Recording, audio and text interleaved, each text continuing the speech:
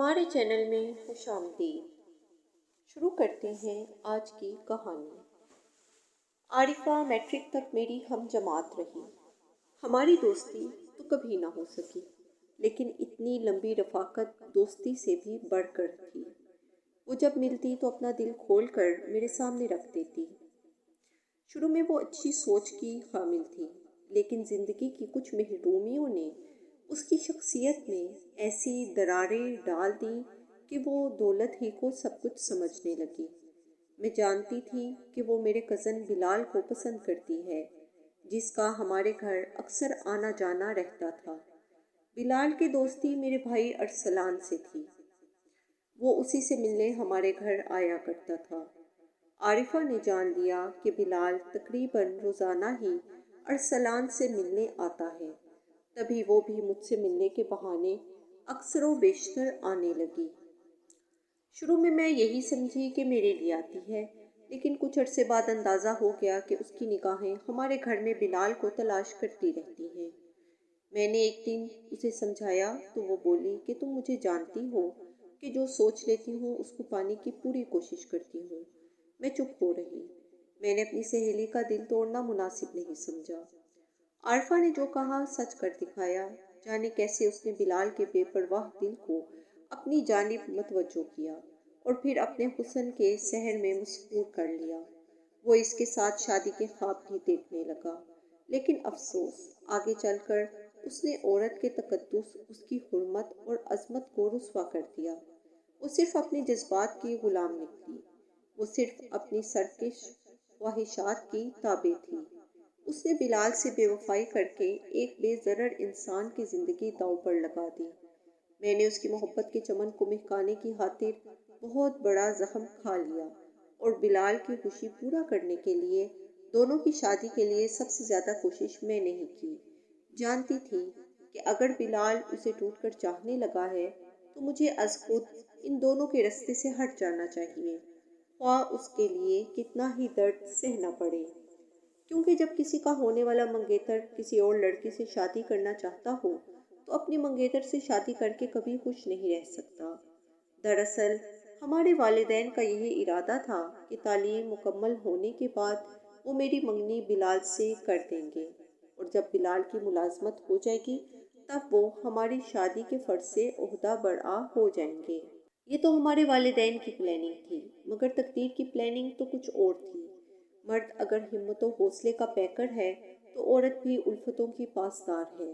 مجھے اگر بلال سے الفت تھی تو میں اس کی خوشی کی پاسدار بھی تو بن سکتی تھی۔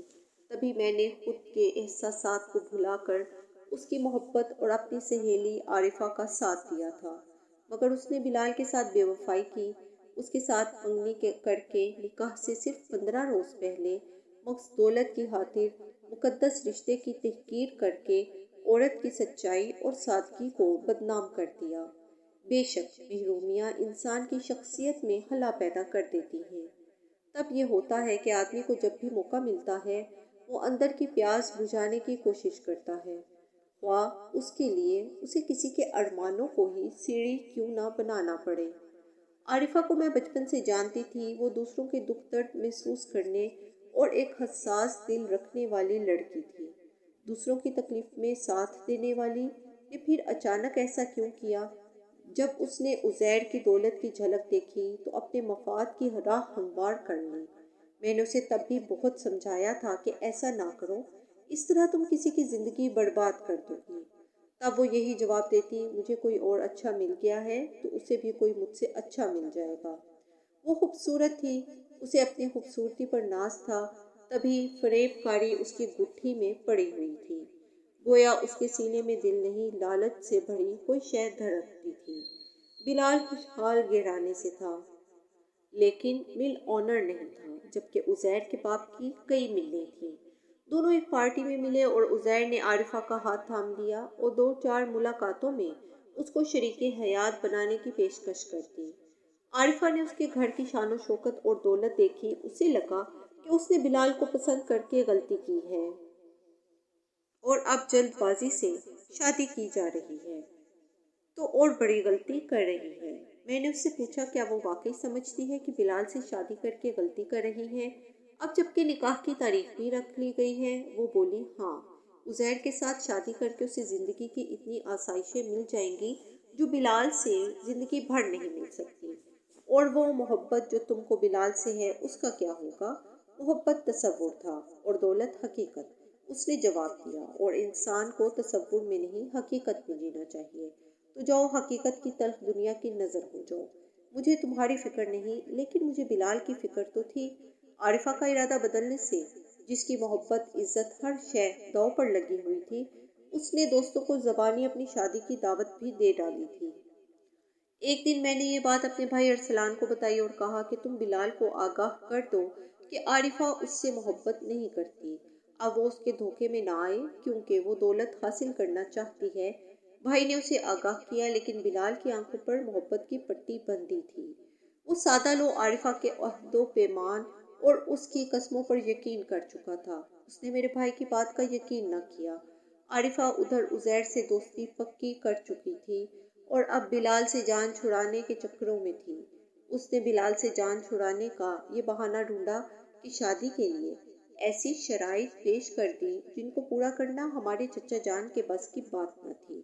بنگلہ، کار اور اتنا زیادہ بینک بیلنس کہ جس کو عارفہ کے نام منتقل کرنا ان کے لیے محال تھا۔ لیکن عارفہ کی بذریعہ اس کے والد یہی ضد تھی، شادی تبھی ہوگی جب سسرال والے ان کی لڑکی کی ضمانت دیں گے۔ معاملہ کھٹائی میں پڑ گیا۔ بلال کے والد نے کہا، یہ شرائط معقول نہیں، ہمارے نزدیک تو یہ لالچ ہے۔ مگر بلال کی تو جیسے عارفہ کو کھو دینے سے روح نکلی جا رہی تھی۔ تاہم اس نے عارفہ سے کہا کہ وہ اپنے بھائیوں کے حصے کی جائیداد اور سرمایہ تو اسے نہیں دے سکتا، البتہ اپنے حصے میں جو اسے آتا ہے بے شک وہ اپنے نام لکھوا لے۔ اس پر وہ بولی، یہ شرائط تو پوری کرنی پڑیں گی۔ والدین کو اپنی لڑکی کے لیے تحفظ چاہیے ہوتا ہے۔ بلال کو جب گھر والوں نے بہت ملول دیکھا تو ماں اور بھائیوں نے مل کر اپنا حصہ اس کو دے دیا تاکہ وہ عارفہ کے والدین کی شرائط پوری کر کے اس کے ساتھ شادی کر لیں۔ انہوں نے اپنا سب کچھ اسے دے دیا۔ بلال خوش ہو گیا اور یہ خوشخبری عارفہ کو سنائی۔ وہ خوش ہونے کے بجائے بجھ کر رہ گئی۔ اس کے والدین بھی افسردہ ہو گئے، ان کا تیر خطا ہو گیا۔ ادھر عزیر مسلسل عارفہ سے شادی پر اصرار کر رہا تھا۔ آخر عارفہ نے بلال سے خود بات کرنے کا فیصلہ کیا اور نکاح کی تاریخ سے محض 2 ہفتے قبل کھلے لفظوں میں اس کو بتا دیا کہ اس کے ماں باپ نے ایک بہت امیر لڑکے کو اس کے لیے پسند کر لیا ہے، اس لیے وہ اپنے والدین کی بات مانتے ہوئے اس سے ناطہ توڑ رہی ہے۔ یہ بات کہنے کے لیے اس نے بلال کو ایک مہنگے ریسٹورنٹ میں بلایا اور جو ہی بات ختم کی، عزیر وہاں آ گیا۔ وہ بلال کے سامنے ہی اس کے ساتھ گاڑی میں بیٹھی اسے خدا حافظ کہہ کر چلی گئی۔ بلال دم بخود رہ گیا۔ وہ تو چلی گئی، لیکن اس کی ہستی بسی دنیا کو اس کی خود غرضی اور لالچ نے پھونک ڈالا۔ ایک ہنستے مسکراتے انسان کو زندہ درگور کر دیا۔ اب بلال کے لیے زندگی میں کوئی دلچسپی نہ رہی۔ عارفہ نے اپنی منشا سے عزیر سے شادی کر لی، لیکن میرا کزن بیچارہ عمر بھر کے لیے عورت پر اعتماد کھو بیٹھا۔ اس کے والدین نے بہت چاہا کہ وہ شادی کر لے۔ وہ اپنے ٹوٹے ہوئے دل کے ساتھ خوشی نہیں جوڑ سکا۔ اب وہ اکثر کھویا کھویا رہتا، دور ہلاؤں میں اپنی تحقیر کے اسباب ڈھونڈتا رہتا کہ آخر عارفہ نے اس سے وفا کیوں نہ کی جو اس پر جان نچھاور کیا کرتی تھی۔ 2 سال اسی طرح گزر گئے۔ بالآخر گھر والوں نے اس کی منگنی زبردستی مجھ سے کرنا چاہی تو وہ گھر چھوڑ کر چلا گیا۔ جانے سے پہلے اس نے مجھے فون کر کے کہا، نایاب، مجھے معاف کر دینا، میں نے اس لیے تم سے شادی سے انکار کیا ہے کیونکہ تم میری اور عارفہ کی محبت کی شدت کی گواہ ہو۔ اچھی طرح جانتی ہو کہ مجھے اس کے ساتھ کتنی محبت ہے۔ ایسے میں تم یا کوئی بھی عورت کسی مرد کو کیسے دل سے قبول کر سکتی ہے یا اس پر اعتبار کر سکتی ہے؟ میں تم کو اور خود کو دھوکہ نہیں دینا چاہتا، اس لیے تمہاری زندگی میں داخل ہونے سے پہلے ہی جا رہا ہوں۔ اس سے پہلے کہ میں اسے کچھ کہتی، سمجھاتی یا خاندان کی خوشی کا واسطہ دیتی، اس نے فون بند کر دیا۔ میں اس روز پھوٹ پھوٹ کر روئی تھی۔ اسے کیا خبر کہ جو پیار کرتے ہیں وہ ایسی باتوں کی پرواہ نہیں کرتے۔ وہ چلا گیا مایوس ہو کر۔ میرے والدین نے خاندان میں کسی اور لڑکے سے میری شادی کرنے کا سوچا، لیکن میں نے انکار کر دیا اور پڑھائی کا بہانہ کیا۔ یہ بہانہ پھر میری زندگی بن گیا۔ میں تعلیم کے حصول میں کھو گئی۔ فزکس میں ایم ایس سی میں ٹاپ کیا، مجھے یونیورسٹی کی طرف سے اسکالرشپ مل گیا اور میں مزید اعلیٰ تعلیم کے لیے برطانیہ چلی گئی۔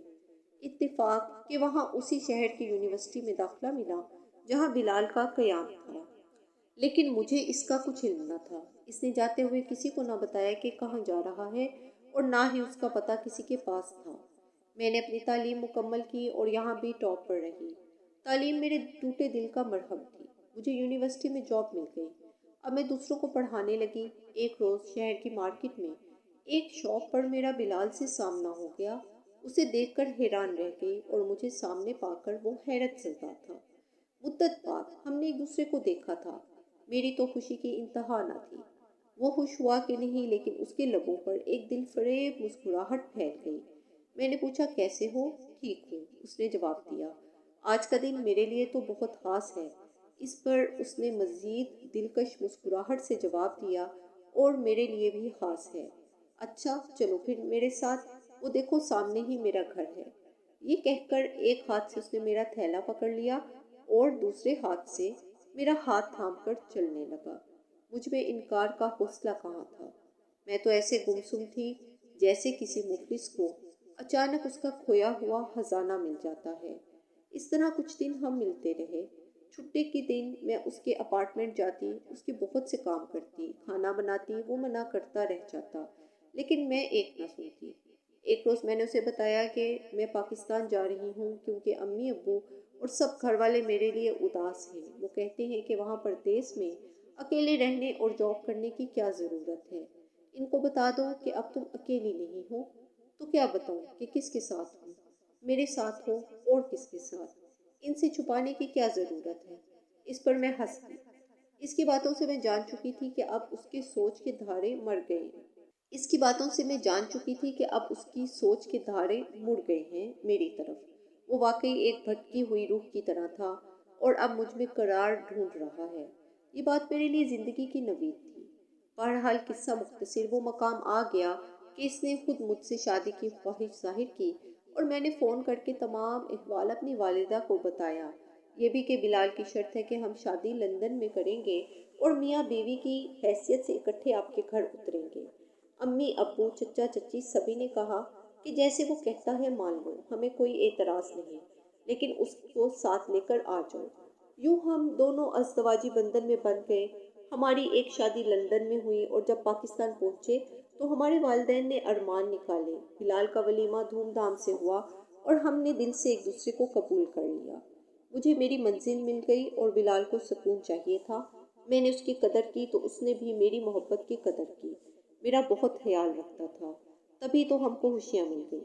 لیکن جو محبت کرنے والوں کی قدر نہیں کرتے، دھوکہ اور فریب کرتے ہیں، وہ کبھی نہ کبھی وقت کی چکی میں پھنس جاتے ہیں۔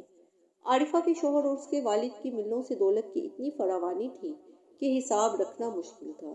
دولت انسان کو خوشیاں دیتی ہے تو غم بھی اس کی جھولی میں ڈالتی ہے۔ ایک انسان کو خوش رہنے کے لیے کتنی دولت چاہیے؟ ایک اچھا گھر، زندگی کی کچھ لازمی سہولیات اور معقول حد تک بینک بیلنس، لیکن کروڑوں روپے بھی کچھ لوگوں کا دامن مراد نہیں بھر سکتے، کیونکہ حرص و ہوس کے تیر ان کی جھولی میں چھید کرتے رہتے ہیں۔ عارفہ کا دامن بھی ایسا ہی تھا۔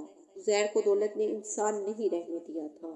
وہ چند ماہ مشکل سے بیوی کا پابند رہ سکا اور جب نئی نویلی دلہن پرانی ہو گئی تو اس نے اسی سوسائٹی کا رخ کر لیا کہ جہاں ہر روز ایک نئی دلہن ان جیسے رئیس زادوں کے انتظار میں بنی سنوری چوباروں پر منتظر ہوتی ہیں۔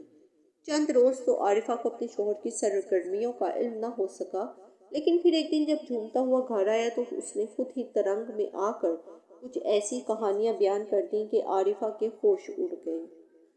جب اس نے شوہر کو بے روی سے روکنا چاہا، زناٹے دار تھپڑ اس کے منہ پر پڑا۔